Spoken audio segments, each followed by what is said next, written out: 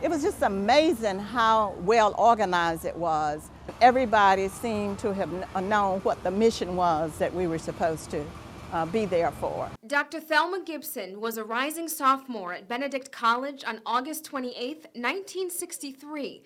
She rode up to Washington, D.C. from Columbia with a bus full of marchers eager for what was to come. We spent our time on the bus singing, just thinking about what kind of an experience we were going to have.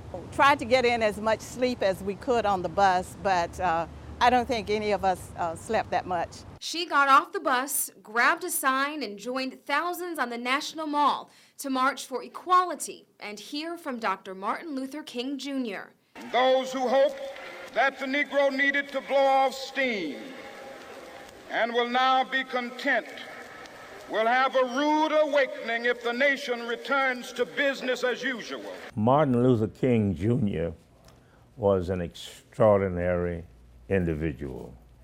He was extraordinary because he had qualities which linked him so inseparably with the average man.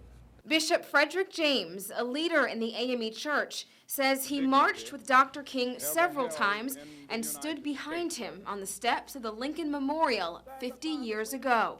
We were not satisfied with less than first-class citizenship. For anybody who said that we were okay until somebody stirred us up, that was not true. James says the diversity of the crowd was fascinating.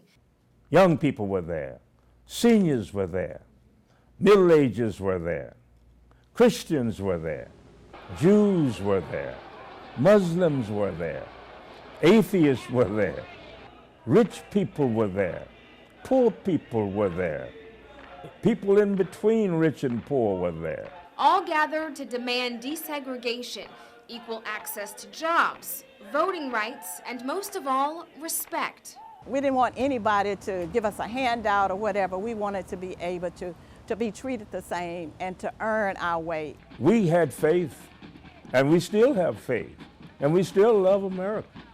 We love the Constitution of the United States of America and believe in it and insist that it be applied to every American citizen.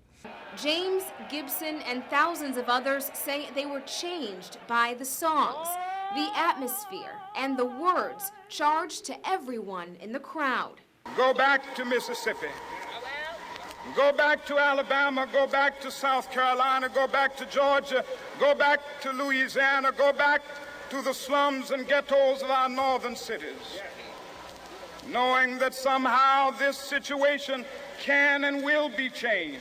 We are a long ways, a very long ways from where we ought to be and where we should be and where we can be. So even though we face the difficulties of today and tomorrow, I still have a dream.